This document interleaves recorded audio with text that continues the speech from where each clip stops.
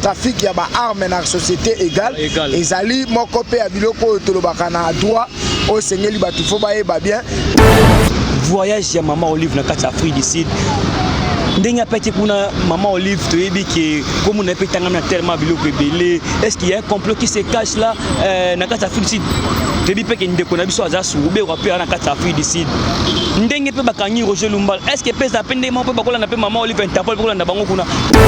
Rapport à mapping ezo samsa nango bakoza la cité na ba oh nyonso basala comme massacre comme sabotage pour l'intérêt à yena mobile nae pe kotia peuple congolais à genoux.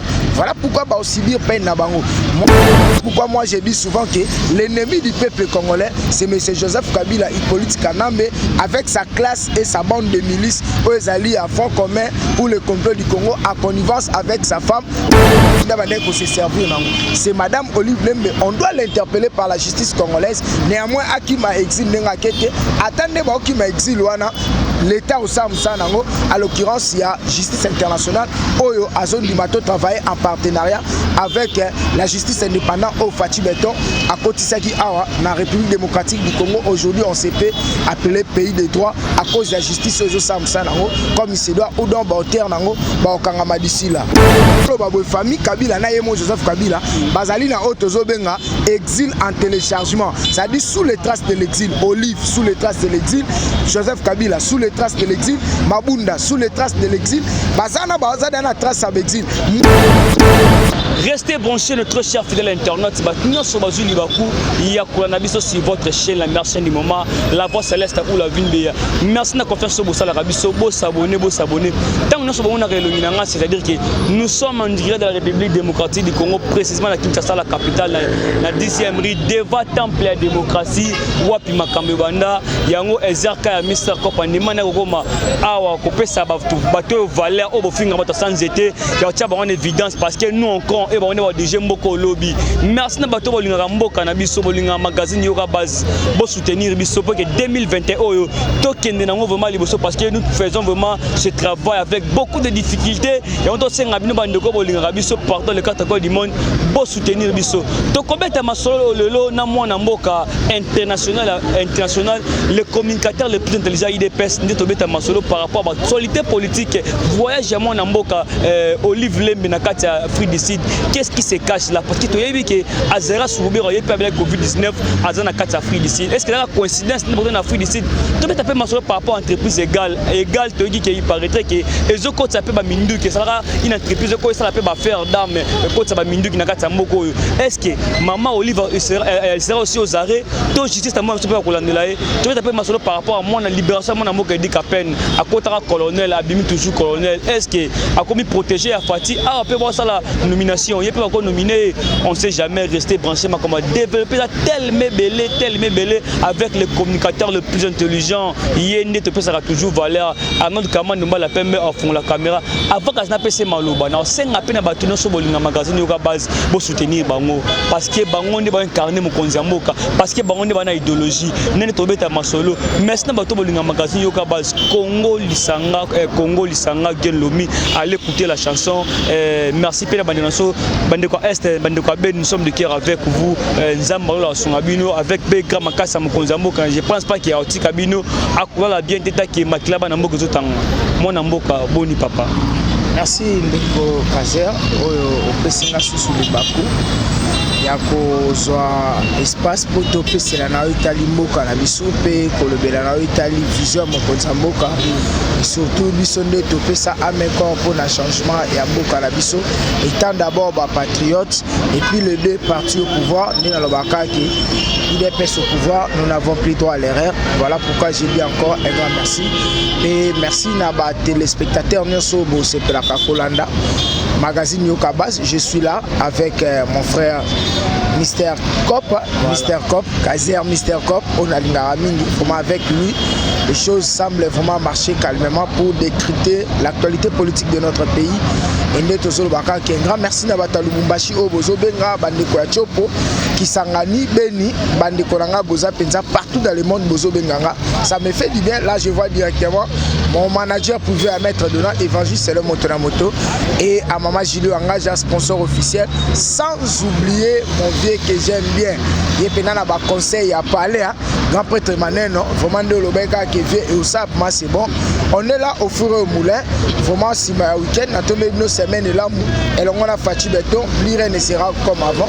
La surprise est belé au Bourmon na 4 semaines au Tobandi, na Italie, actualité à Bokanabis. Voilà, merci beaucoup pour maman Gilles engage na PSP Bamoto. Moi na mboka lelo bandonation na est bazo nyoko ma bazo souffrir lelo makila est comme le roi mai. Un mot gentil, un appel aussi à l'autorité par rapport à tous ces massacres qui se passent au niveau est de la Béni. Non, je suis béni et je suis de cœur avec mes compatriotes. Moi, je crois qu'il y a un temps pour toutes choses.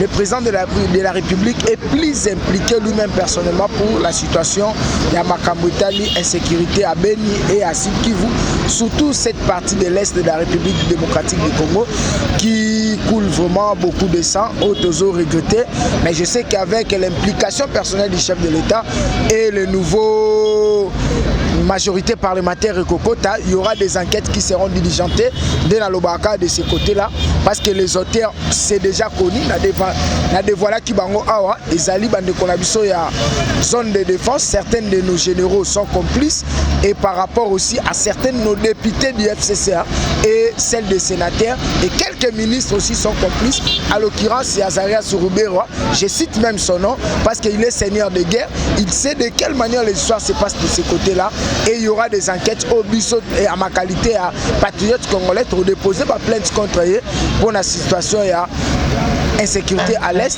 Ils sont aussi des complices. Il faut enquête et à la diligenter na côté na bango bande quoi FCC pour que baoteur base à la vraiment traduit en justice afin que Kimia Ekotana Katia parti à Est de la République démocratique du Congo, OESOP ça passe peu mawa, comment la vie humaine est sacrée, mais combien la vie humaine est sabotée pour des intérêts personnels et égoïstes, afin que Baya Kotonga Wanda Kuna Kinshasa Awa, Peba Tonga Mikida Bapaya.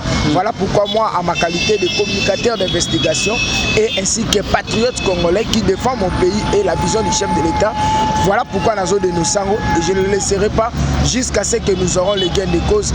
Il y a Kimia Est, voilà. Merci pour mon seigneur placé de Luban Manjibou. Je crois que comme on va trouver une solution pour que la nation Est base de VP. Votre émission sujet par rapport aussi à voyage de Maman Olive dans l'Afrique du Sud. Ndenge peti kuna Maman Olive toyebi que comme on a pété tellement biloko belé, est-ce qu'il y a un complot qui se cache là na kati Afrique du Sud? Toyebi pe ke ndeko na biso aza soube wa pe na kati Afrique du Sud. Ndenge pe bakangi Roger Lumbal, est-ce que pesa pende mo pe bakola na pe Maman Olive Interpol bakola na bango kuna par rapport au voyage Maman Olive na kati Afrique du Sud mona moko mona ngone? Non, pour moi ezo bangisanga na elo côté parce que moi j'ai toujours dit la famille Kabili ainsi que sa femme appartiennent déjà au passé. Moi je pense que nous sommes à l'état de droit. Nous ne pouvons pas marcher dans les spéculations à bêtises, informations fausses. On est là pour donner des informations fiables et bien traitées provenant de la source ici. Moi je pense que Nekonabiso Olive Nenga Kekuna, moi si on a Olive Lembe, moi si à Joseph Kabila. Ezali déjà on a le baki, Ezali exil en téléchargement. On a le baki Ezali exil en téléchargement parce que moi j'avais toujours prophétisé que Olive Lembe a matasso tumutante, Joseph Kabila a matasso tumutante, bango ba okende libela ba mona bilengia so tumuté un peuple congolais na musika. Ndenge ka bazo bima bongo Ezali départ na bango pona exil. Et na ce qui concerne ndenge batu baza ko sala ba spéculation ya ba trafic ya ba armes na société égale. Ezali moko pe ya biloko tolobaka na droit au sengeli batu fo ba bien la rumeur et la fuite de l'information. Voilà pourquoi des fois moi en ma qualité d'investigateur pardon, je fais des investigations pour que na kokakoye ba diligenter aux ezali communication nanga afin que peuple azala éclairé sur le plan réel. Nali koloba boy. Na wetali société égale eza société moko o salami na ba norme té. Eza société moko ezala qui d'une manière frauduleuse pour na copier trésor public. Je voulais relever aux ezali défi moko pe révélation moko na opinion nationale et internationale surtout na peuple congolais o aza awape na diaspora ba comprendre que égal wana ezalaki créé na compte ya trésor public à l'occurrence ya banque centrale au bazwa ki 450 000 dollars américains oyo bateki yango pour la création ya égal pour na koyeba kosunga peuple congolais na nzela ya ba vivre frais pe ba importation biloko mususu surtout ba deniers alimentaires mais bango ba détournango na intérêt ya Joseph Kabila ça dit licence bango ba neko saila eza licence na bango te ezali licence ya Orgaman mais mbongo bima na trésor public pour na koluka kosala auto benga ba intérêt à famille Kabila. Voilà pourquoi moi j'ai dit souvent que l'ennemi du peuple congolais c'est M. Joseph Kabila Hippolyte Kanambe avec sa classe et sa bande de milices où ils allient à fond commun pour le complot du Congo à connivence avec sa femme or bane kolak sabatouke aza mama ya bolingo or azali serpent or azana ba venin ebele lelo ba venin olive leve monani tomoni même na beni kuna esika oyo ba hôpital oyo ba denosaki mabena ye par rapport à la réalité à la crime de guerre tomoni madame wana Olive Lembe active batibake de saccager voire même docteur atiki muto en pleine opération dans la degré à muté mabe à moi si wana yangwana batnos banda bo azatonda bolingo te atonda bolingo te parce que Satan aussi se déguise à l'ange de lumière de tolo baki Olive Lembe azali vraiment Karabala sorcière oyo na sima mikolo ndenge rapport à mapping ezo sa musana ngo bakoza la cité na ba oh nyonso basala comme massacre comme sabotage pour na intérêt à yena mobile nae pe kotia peuple congolais à genoux. Voilà pourquoi ba aussi dire peine na bango. Moi c'est que je peux dire que nous demandons la justice d'abso et koka kosa musana ngo comme il se doit et raison pour laquelle moi je suis en train de marteler sur l'inspection générale des finances mais c'est l'inspecteur général des finances doit faire son travail parce que à travers ces genres il y a inspection or koka ko interpeller les responsables et directeurs en société égale pour na kosa la bango banquette c'est par là on doit connaître des vérités mais je pense que l'IGF a échoué de sa mission parce que mission au ba pesa ki bango ba koki kosa la mais c'est qui kangala doit comprendre que face à la musa na bango comme il se doit pour aider le chef de l'état tokeni na mboka na biso liboso parce que ba hauteur ya ba sabotage pe ba bêtise ya mboka na biso basa ebele et il se promène en homme libre tant que bango bazo sala bazo se mettre terreur na kwa moko mboka na biso bazo dépenser aux alliés trésor public sans toutefois poursuivre bango. Je pense que plus rien ne sera comme avant comme nous sommes dans l'année du repos, l'année du travail. Moi je pense que auteur il y a des ordres nyonso ba vous allez poursuivre la justice y compris excusez y compris na Joseph Kabila oyo a Rosala pe poursuivre la justice là-dessus pour na ba crime ainsi que par sabotage ya makambo oyo ezo salama na tina na mboka na biso oyo azali auteur commanditaire. Voilà, un peu entreprise égale, les entreprises égales et Mimi Noël Tchani dans niveau je dis par rapport à l'invitation mandou mangeable. Est-ce que ba okanga pe Noël Tchani par rapport à non Noël Tchani ba koyi ko kanga na buzo batel le monsieur Noël Tchani a fait que dénoncer oyo ezali le mal, c'est constitutionnel. Vous savez notre constitution prévoit dans son article 23 dans la liberté d'expression et si qu'on a moni clarté, j'ai le droit à dénoncer en gros. Qui ne comprend pas que égal a été créé d'une manière frauduleuse ou suivre norme nangote étant société pour exploiter la licence livrée par l'État congolais et ça la licence il y a société moussous ou société en Koufa bango va bénéficier de babuzo. Voilà pourquoi moi j'ai dit à ma qualité à communicateur d'investigation on doit d'abord ouvrir les enquêtes à ce qui concerne les responsables de la société égale pour que Sabiso ba information si nécessaire à ce qui concerne l'existence il y a cette fameuse société aux qui créée pour la copier trésor public. Je dis bien mbongo ya société wana et outaki na banque centrale. De quelle manière mbongo epimela na banque centrale? Or banque centrale les wana pona ko seconder o ezozala ba banque ba société à l'état peut ko accompagner certains des ministères au bazar dans les besoins. En l'occurrence, il y a pas demande o ezo matala kati ba ministère parce que ezali banque moko za centrale. Mais au Rwanda kena FMI bank bazo dénoncer que ba mbongo bandai ko vanda pa na bango Olive Lembe nda bandai ko se servir nango. C'est madame Olive Lembe, on doit l'interpeller par la justice congolaise. Néanmoins akima exil nenga kete attendez ba okima exil wana l'État au Samsanango, à l'occurrence, il y a justice internationale, Oyo Azon Limato travaille en partenariat avec la justice indépendante au Fati Beton, à Kotisaki Awa, dans la République démocratique du Congo. Aujourd'hui, on s'est fait appeler pays de droit à cause de la justice au Samsanango, comme il se doit, ou dans Baoter Nango, Baokangama d'ici là. Voilà mon amboka, merci parce que vous avez cette information par rapport à des bateaux là. Aujourd'hui, comment je veux péter en manding par rapport au blanchissement bongo, par rapport à la tuerie, par rapport à la viol. Est-ce qu'aujourd'hui, la justice congolaise peut mettre aussi jouer Kabilozari par rapport à toutes ces accusations? Vous savez, toutes les bandes de Joseph Kabila, toutes les bandes de voleurs des milices de Kingakati, dont Zoé Kabila fit partie, le nombre, hier qu'on allait épargner. Parce qu'à l'heure où je vous informe, il a été même cité dans le bateau fournisseur un mouvement insurrectionnel, munitions de guerre par rapport à Bambongo. Qui plus ou moins Rimer et Mataki sous Makasi Nambo Kalakso que suspecté que na côté à Tanganyika kuna bamoni bateau zokota na kokota ba munitions de guerre ba armes, je peux même citer et vous allez qui citer à côté à Tanganyika. Donc moi je pense que Zoé Kabila na Nicolas Zoya ba kolandela parce que il y a des ports illégaux honnête il y a matadi port il y a banana oh ya zako kipango na qualité ni azanan yemu un individu ko somba port ya modèle wana te.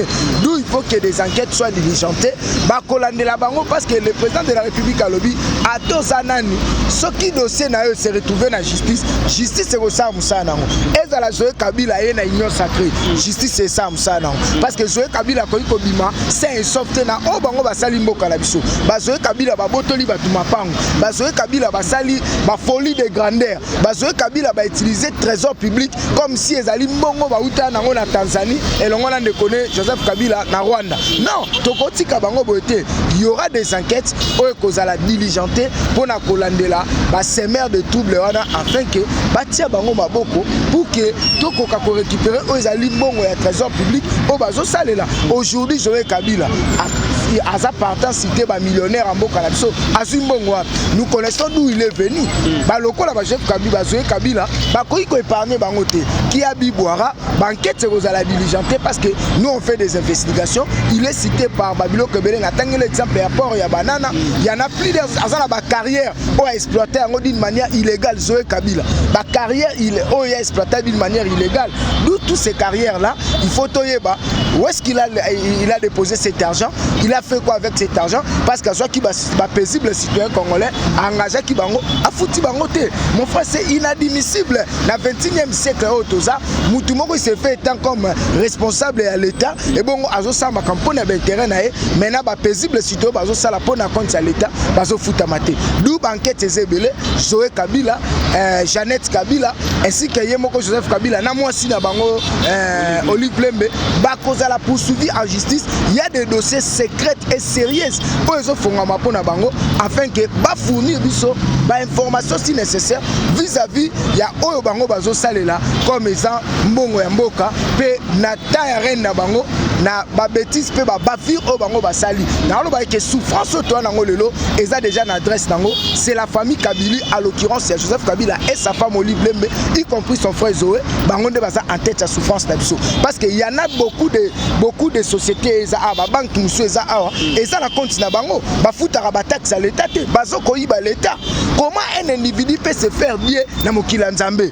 On Nzambe naza maître suprême lokola un jour ezala pour Nzambe 99 99 jours ezali pona bango 99 jours esili oh biso na révélation ya Nzambe ne mama Juliette ya ngapa za mosali na Nzambe alobi un jour égale à 1000 ans et pas ya Nzambe so to continue na 1000 ans ya Nzambe na 1000 ans ya Nzambe bango fo afuta masumu na bango ba rescamper le roi ba Zoé Kabila ngata zo bima na pasi na oniate na lokolo na zongi sezonga sukuna opela na moto po bobo ba tebele voilà tu veux taper masolo par rapport à mon amour Jani Mabunda pour Kenara pour se faire soigner à Dubaï mais aujourd'hui il y a un silence radio rien se parle rien se dit est-ce que ça toujours pour belle to et pas kimika d'exinde bande ko basolo Mister Kazer au moniteur to beta solo Mister Cop et ça pour la sentiment na lobara awa plus rien ne sera comme avant. Okay. Janine Mabunda elle avait déjà compris que nous avons perdu le pouvoir. Pour azala ridiculiser te abimaye moko na parsec na ye na mutuka na chauffeur bazong sa na ndako. Parce que tellement ba mesana ya ofele,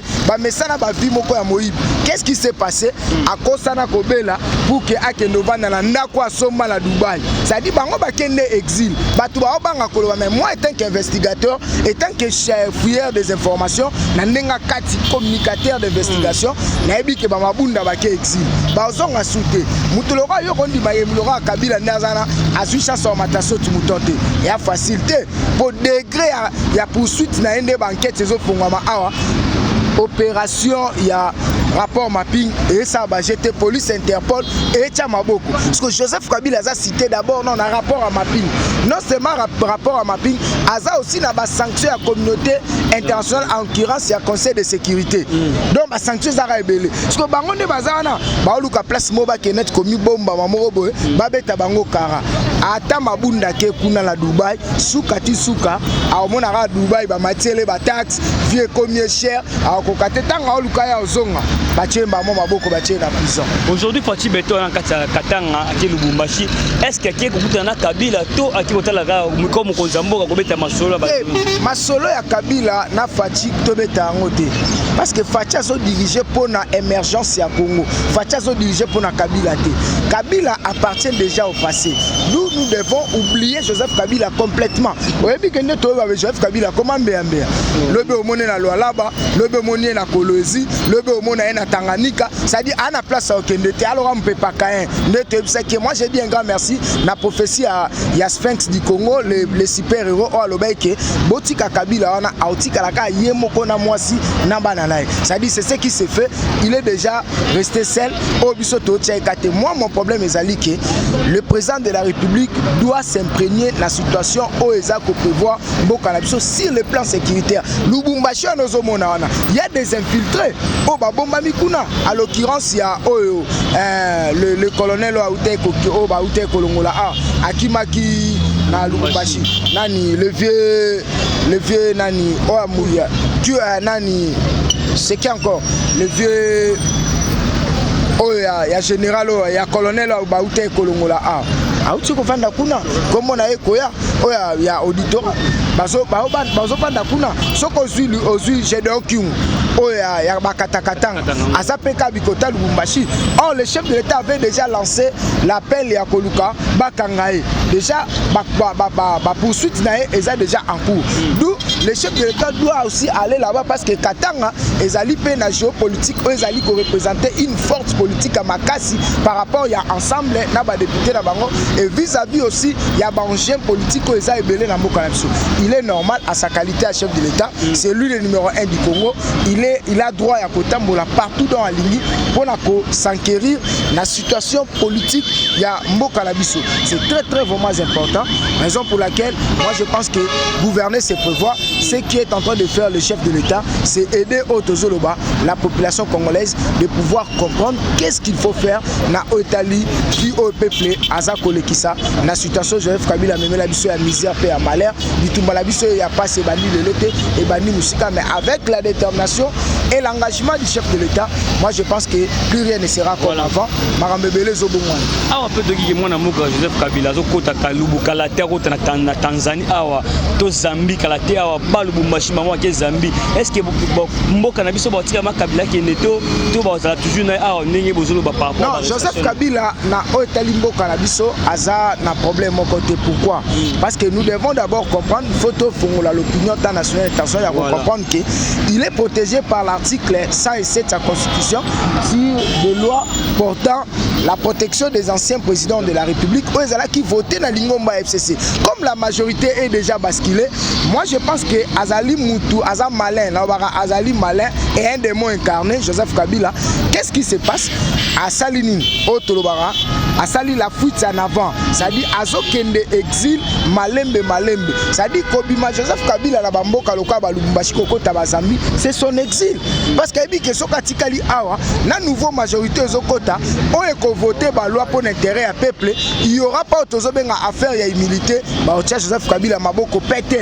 Il y a un peu de local à Zakamutua, Bouzo Bapé Mouté Mwabe, à Sali fuite en avant, Sali fuite en avant, Nena Lobabo famille Kabila, Naïmo Joseph Kabila, Bazalina autosobenga, exil en téléchargement, c'est-à-dire sous les traces de l'exil, Olive sous les traces de l'exil, Joseph Kabila sous les traces de l'exil, Mabunda sous les traces de l'exil, Bazana Bazana trace à l'exil, Moutonda Rosonga photo Kangae Eza Azarias. Pour Azarias, Akoki Mate pourquoi? Aza cité na rapport mapping, Aza cité na banquette ya arrestation ya Roger Lumbala, étant seigneur de guerre, Bazala na compte à RCD Goma, et Mouto Suba Okanga, Ezali Tambou Alexis, parce qu'il a été le commanditaire ya massacre ya Kakobola. Voilà un peu comment les choses changent vis-à-vis ya ba réalité Oyo, Mboka la Tchezomema. Yango Tolo ba calmement, tout se déranger, plus rien ne sera comme avant. Au moni na kati ya gouvernance ya 2021 Oyo, Ezali gouvernance Mokoza il y a double enjeu. Président Zochirango à sa qualité, il y a président de l'Union européenne en devenir et à sa qualité, il y a président de l'Union africaine en devenir dans quelques mois, quelques semaines ici, et étant aussi le pays représentatif numéro 1, il y a Afrique Mobimbape, Afrique centrale. D'où la qualité à stratégie à président de la République, il faut Mokanaïnan et servir d'exemple belé. La justice, la diplomatie, la autozobenga économie, ça dit il y a des enjeux belé au faux et bongwana pour que Demboka et Kendibosu. Raison pour laquelle Tozolo Baeke, bateau Zomona on a nyoso, Baokangama désordre, qui mieux en ango, anezano ne bandeli, Bakamboza et belé au Salama, Kaka ande Toloba, a Tosuk sa janvier, surprise de Zoya, et belé sous Baokangama. Merci tout à fait sur le solo, il y a libération à mon amour Edi Kapen. Edi Kapen, Tabakanga, qu'il était colonel. Mais tu peux pas tellement les grandes surprises que à côté de Babouka qui va fonction avant côté prison centrale à Makala. Et dès la sortie de mon Edi Kapen avec la même fonction et toujours en tenue militaire. Est-ce que Edi Kapen a commis protéger à Fatih pour que tout ça Fatih doit protéger, il a toujours gardé la même fonction par rapport à tout ça pour le Bani. Non, au moni photo yeba eloko moko to kotisaka chef de l'État. Nabamakambo eza ya buso bate ya polémique. D'abord moi je dis que politique eza polémique, eza balle, eza musique. La politique c'est la sagesse et l'idéologie ainsi que la vision. Le chef de l'État avait bien dit lors il y a récent autozobenga il y a campagne naé il y a bamba année passée alors que si na koti na fonction à l'État na zui bankam na maboko na kobimisa ba prisonnier politique o ba dossier na bango eza flou o yebana te banda bakanga Edi Kapen nanu tomona te place oyo batie procès na eba sambisa ye à part seulement mukolo ba soye na Kanchachi koya na ye na prison Makala na ndenge balongola ye ba pete ba bwaka ye na prison. Maintenant mutu ana fandi 20 ans asambaka te asala kelo côté botika eka wana bino boloba ke ye mutaboma musée. Oui, c'est lui qui a tué Moussé, bien sûr. Maintenant banquette et salamate bo vandisa dossier bo tchango mpa. Mais tangu mokonzambo kae eza spirituel pe eza constitutionnel, chaque fin de l'année le président de la République agraciaka obazobenga ba prisonniers, que ça soit des prisonniers politiques azaka yemo côté, c'est plus de 200 personnes ba qui gracier. Alors na kati ya ba mesure de grâce wana ezalaka na otozobenga ba ko réduire ba peine ba ko acquitter yo ainsi que ba misusu ba ko examiner ba peine na bango. Maintenant pour les cas de Edi Kapen, on les a examiné quand na arrestation pe batali par rapport à procédure ya mesure de grâce chef alobi kobanda na 20 ans tina se bobimi bato basali 20 ans de prison faut bobimisa bango tango ba chef de l'état a sali ordonnance wana contresigné par le directeur du cabinet ba memi yango na ministère à justice ne a élaboraka otozobenga ba combo ya ba prisonnier o ba quoi maintenant c'est à ce niveau là que on va voir ba bengi ka edi kapen batali bakanga 20 ans à Sambate batia eka na prison bongo tango basali ba calcul bakuti que les 20 ans à prison na ye et se retrouver que à sali 20 ans à Sambate za libre et balanina mesure de grâce à chef de l'état il est automatiquement à la libérer il faut bâtir cahier parce que loi est prévoir yango conformément, il y a ordonnance à chef de l'État. Parce que le chef de l'État et les magistrats suprêmes, il y a un autre gouverner c'est prévoir. C'est au niveau de l'armée, ne pas apprécier. Soit, mazongi sae na armée, soit ne tobe talisolo, parce que kolangisa ma dossier na eza noir sur blanc, basambisa été, bakosela ba charger, balakisa biso ba fo ba image ezali, ndenge nini bango basambisa edi kapet. Est-ce que tu penses vraiment qu'il y a une nomination Moi je ne peux pas prendre la place du chef de l'État. Pour des nominations, j'ai toujours dit dans nos émissions récentes au Sala Kanayo, laissez le chef de l'État dans ses pouvoirs prérogatifs. Moi, je ne vais pas prendre. Moi je défends des valeurs. Si il a pris au chef, il y a Ozong Isaïe, c'est au chef. Mais je dis bien, le problème de Dikapen pour l'armée, c'est au niveau de l'armée. Parce qu'il a été colonel en fonction, vu réalité à l'Iwa, à Salakite, Bakanga et Poyenda Ndai Kokengela, Kaya, ya Mokonzi wana kufa, ne babwaka na prison. Lokola ba dégradé qui na ndenga des hommes, pona ko auto bengaka, bakangi X pour va s'appeler ça Y. Lokola ba s'appelle Y pendant 18 ans. Y kaza li souté. Mutuana zongi ba remettre en liberté. Le dossier reste encore ouvert. Laissez le temps au temps. Tokende kota la ndenge makambo ko évoluer parce que la manière dont les choses vont évoluer et qu'on peut s'abisso idée. Tout soit les devant parce que l'avenir nous réserve encore plus. Moi je ne défends pas Edi Kapen, je défends des valeurs. Moi je pense que c'est aussi une leçon pour la classe politique au Ezokota va comprendre que na o etali injustice à to bundeli yango mikolebele le ko changer. Il faut que ne connexion ngoika sange à l'interpeller à Koumissa Joseph Kabila lokola nzamba zakate na samokili le même ngoika sange il commence à défendre le chef d'État. Voilà la politique. Voilà la politique. Donc les gens doivent comprendre que la politique est dynamique. La politique est dynamique. Non, nous devons d'abord effacer cet équivoque. Nous devons effacer cet équivoque. L'Union sacrée d'abord, ce n'est pas un parti politique, ce n'est pas une coalition, ce n'est pas une plateforme politique. L'Union sacrée, c'est la vision du chef de l'État pour un Congo fort, uni et prospère. Le chef l'a bien dit lors il y a rassemblement des députés nationaux, plus de 310 députés, à l'occurrence la cité de hier, la date le 3 janvier à Lobakibou. Nakoki Kosalate à jamais sans vous. Là, c'est le président de la République. Bino Boza Kosunganga, Ngape Nazako Mundapu Kemboke Kendelboso. D'où vous êtes les députés pour le peuple et non les députés pour vos partis politiques. Bolongo na ba parti politique na binoté. Mais boti kalaka kawana pour que makamo bokosala to sala ngo pona mboka. L'Union sacrée eza otozobenga au plateforme politique. Moi je soutiens l'Union sacrée à cause d'idée nango et je contrôle. Moi j'ai toujours dit ba union so balongwe pas Joseph Kabila. Ba koti kala kosala te. Parce que le président Félix, nous avec le président de la République, moi étant que sa famille politique, nous avons bâti contre les antivaleurs. Le même antivaleur aujourd'hui, il se retrouve pas la biso. C'est l'occasion pour nous, banquette Rosala ouvert pour que tout tient bango maboko. Batia bango na prison parce que baza batoyo bakobima c'est sauveté. Union sacrée zali ville à réfugié, Union sacrée zali la vision pour l'intérêt du peuple. Yango moni j'ai dit merci nande konanga moindo nzangi oza député comme moi parce que yaza singa naza debout à lobiboye. Au moni union sacrée wana ezali union de la République. Union de la République pour un nouveau Congo. Donc so yé na ba intérêt no égoïste.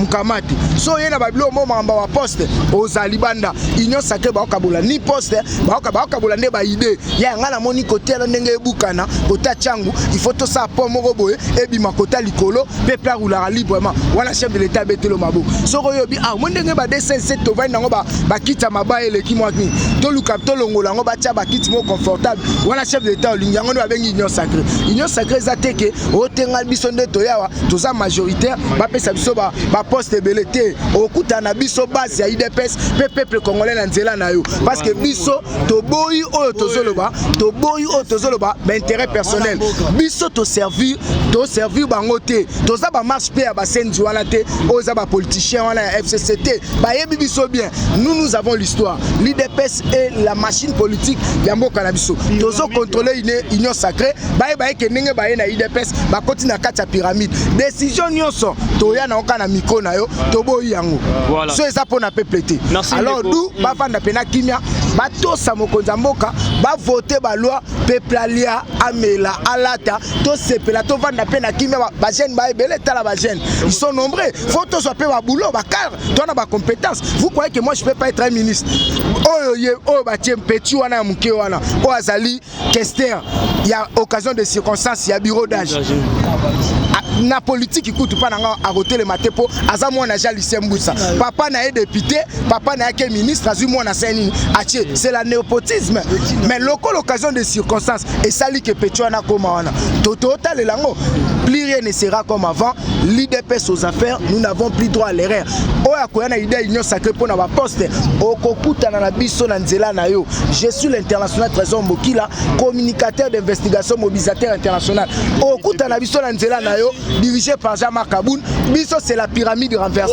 c'est la base qui décide o biso toloba yango esalama union sacrée ezali otobeta c'était awa ezali partage à gâteau te j'insiste pena awa muto akosenga poste pas faci okuta na biso na nzela na yo c'est union sacrée ezali omoni ndenge banzele kenda na Dubai basala o nzela mo amai yebisa nde faci osalela biso omoni na basambo eza côté plateau de Bateke basala ba usine mo ba chaîne ba stade moto monaka ba camp nous eza ba tona ba espace verte pourquoi bango ba député wana oyebi ke mlora madame Mabunda asombi ndaku ya 7 niveaux le plus luxe na kata Dubai place à Kevan madame Mabunda mais yebsanga Mabunda awa école na eza na mboka na ena nkutu place a uta na bumba po Mabunda ba lokota ekolokota ba soye na guerre na Rwanda lora bisengimana ba mema e papa toleta histoire ba ye na za ofele ne bazwa kombo ya koko ya général Maele Mabunda ba immortaliser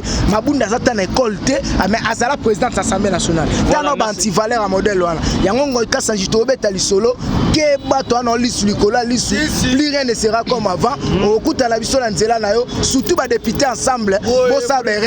Voilà, merci Ndeko Jina, Ndeko International TV Zangonga.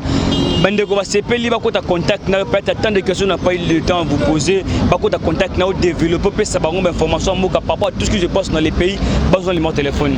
Non, ba benga na plus 243 82 24 46 445 na bien plus 243 82 24 46 445 numéro WhatsApp bobenga botinda ba investigation ndenge bandeko ya Lubumbashi bandeko ya Beni bandeko ya Bakongo bandeko ya Bandundu ba mpangi na beto na Bandundu bango bena bazo benga international côté na stade ya Kikwit lobisi kondeni muzitu azala la wana lia yango fona landela suba dossier wana sadi makambo ezebele muzitu na ozongela ngo to betango makambo ezebele ona osolisango fona solola a makambo Beni fona lobelango makambo ya stade ya Sokok ya Matadi ya Boma fona lobelango sadi makambo merci na bana Matadi ne bobenga ki vraiment et ça là c'est bon partout dans le monde nos obenga na pesibino merci wana kutio da so bandango déjà yo so bandango mama Jili Mister Kazer yo masolo ka ndenge zali na charge na yo nde na lo ba grand prêtre Maneno botika te ba investisseur le roi bino vie bona bala rebelle grand prêtre Maneno mais boyo tonga na poto e bongo anakin bolela ki fati yo masolo comme na maboko na biso boya bosala ba école boya bosala ba entreprise ba jeune tozebele awa tokozwa ba boulot donc boulot bozaka fati te yo poko ya osala école moko bozi plus de 50 enseignants olongo de biso na chômage yango tobenga bino bana poto partout dans le monde boya ko investir merci à toi Dr Tony pe na pasteur Pedro na Namibie Lombi, place Boza, vraiment ça me va droit au cœur, de cœur avec vous, Nzamba Batelabiso, ce car aux ongles à l'obité, Tokuta n'a pas expliqué sur l'actualité de l'ère. Merci le communicateur le plus intelligent, merci Nayo pour la temps Pessibiso. Merci na peu besoin temps malam na kolanda biso, c'était Ezaka Mr Cop magazine Yoga Base. Merci na maman Solange Alimas depuis Canada, Nzamba la Pamulayo. Merci na papa Alex Eko Congo, Nzamba la Pamulayo.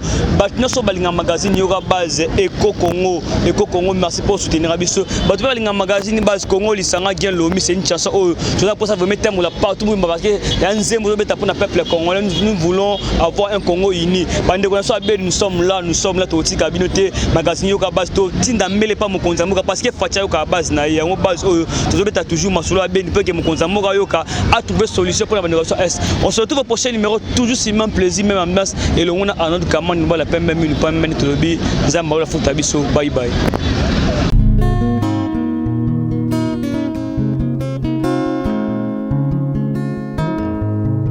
Le temps passe et ne s'arrête jamais. Alors réveille-toi mon ami. Et tout ce qui nous quitte chaque jour, laisse que cela nous serve de leçon. Car à chacun son jour, à chacun son tour. Peut-être demain sera ton tour. Alors réveille-toi et prépare ton âme. Car un jour. Oh, oh, oh, hey. Oh, oh, oh, oh. Hey. Le temps passe, le jour s'envole, s'en va si vite sans laisser de traces. Hey.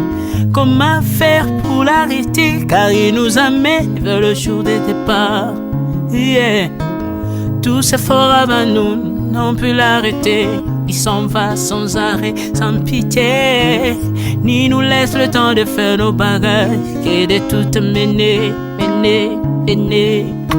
Le temps passe, le jour s'envole, s'en va si vite sans laisser de traces. Comment faire pour l'arrêter, car il nous amène vers le jour de départ. Tous ces forts avant nous n'ont pu l'arrêter. Il s'en va sans arrêt, sans pitié, ni nous laisse le temps de faire nos bagages et de tout amener. Il s'en va seul sans nous. Faut me perdre tout plutôt que de perdre son âme, à quoi bon tout gagner, ben sera que vanité. À quoi bon tout gagner, perdre son âme si l'on est censé de tout laisser. Moninga, verser le sang de l'autre, si demain sera le tour, tu seras seul comme dans un miroir. À quoi bon tout gagner, perdre son âme si l'on est censé de tout laisser. Moninga, verser le sang de l'autre, si demain sera le tour, tu seras seul comme dans un miroir. Où tu rendras compte devant le Seigneur toute ta vie sur terre. Après avoir tout gagné, l'on s'en va seul, sans rien amener. Faut me perdre tout plutôt que de perdre son âme. À quoi bon tout gagner, demain sera que vanité. Faut me perdre tout plutôt que de perdre son âme. À quoi bon tout gagner, demain sera que vanité. Moninga, tala tangwe koleka moninga, tala bato bako kende. Kosala lolendo na mokili okanisi mokili yango yayo, tala bato bakoleka. Tango ekomema ngai, tango ekomema, tango ekotika moto te.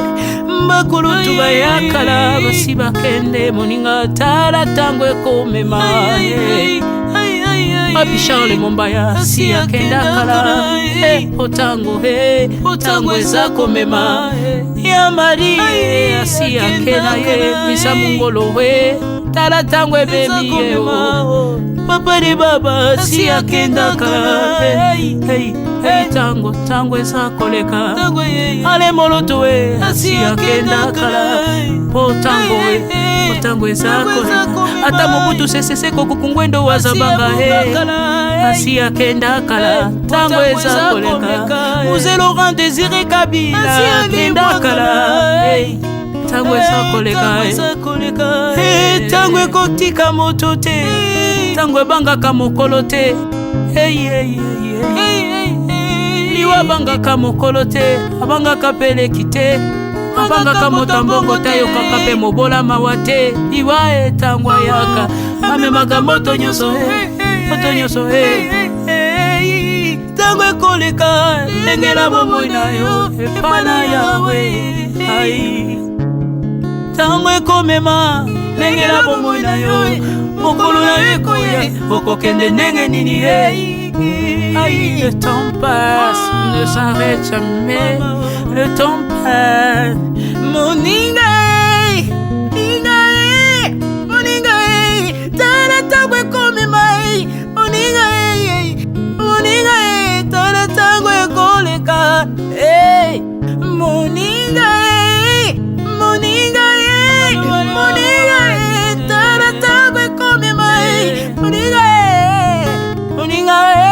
tala tango ekomema tango ekotika moto te engela bomoi na yo tala bato bakokende osala ndenge nini okotikala ebende te okotikala ebende le temps passe ne s'arrête jamais le temps passe ne pardonne jamais le temps passe ne s'arrête jamais lengela bomo moninga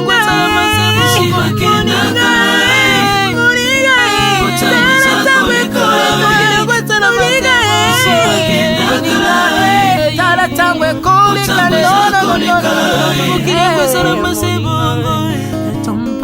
ekolo nyonso bato bakokealela mpona nini alela mpona nini tango eza koleka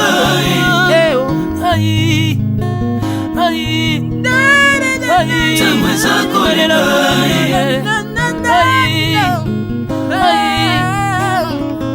tango eza koleka le temps passe Alvin Bea tala tango ekoleka nabongisa bomonanga mpona nini bato bakokende biloko nyonso ekoleka nalelalela ntina nini natangisa makila na boma bato mpona nini soki nyonso ekoleka un jour